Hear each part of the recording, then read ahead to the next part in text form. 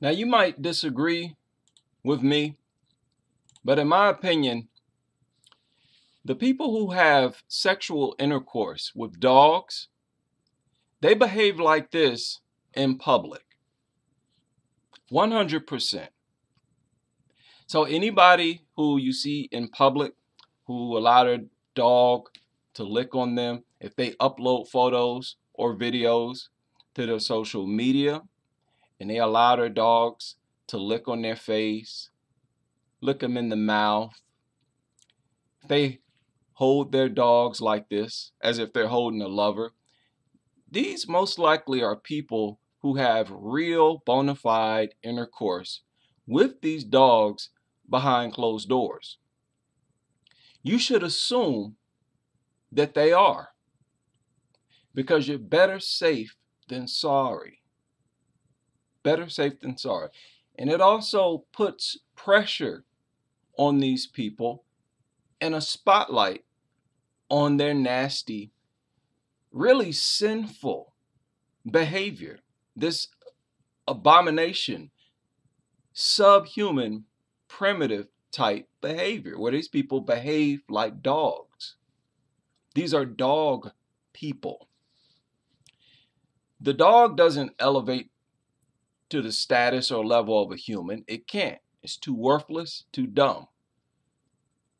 But seeing that the human is far evolved beyond the dog, they can regress and entertain behavior that they may have exhibited in their earliest stages, talking about humans.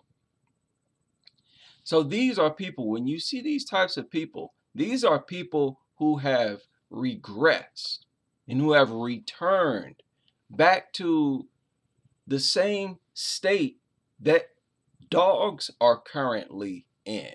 And that's bad, because dogs are not even as evolved as natural animals. Dogs are beneath all natural animals. And dogs are the creatures that a lot of these people are most in love with. People, there's no way you could convince me that people who are willing to kiss and be intimate, affectionate with dogs like this in public, you cannot convince me that those people would reject a dog's advances. If that dog decided to lick them in certain places, these people are going to absolutely allow it. And the problem with that is dogs always do that. They always stuff their face and nose into your private areas. So when no one's around, they're alone with the dog. You can imagine they want to be even more affectionate with these dogs. That's why they make these nasty videos, take these nasty photos. They're alone, they feel even more affectionate, just like you would with a human. But instead, they embrace these emotions with dogs,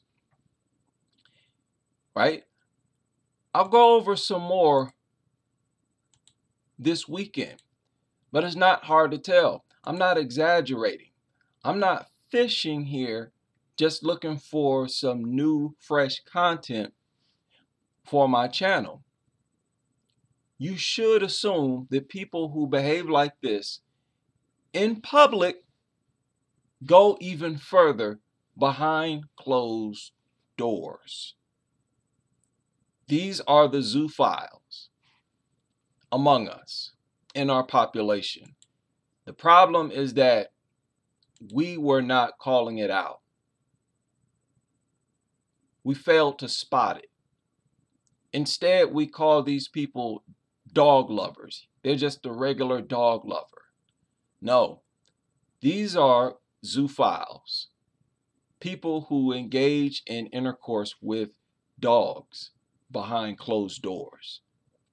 And I think if we view these people like that, it might put pressure on them to not entertain this type of behavior, at least not in public. And that's the key. When you make them feel ashamed of behaving like this in public, it increases the chances that they'll stop behaving like this in private as well. See, because in public, they have to pretend like they're above this type of behavior. But once they feel exposed, once they feel like people are on to them, and we are, this is another narrative that I have not heard.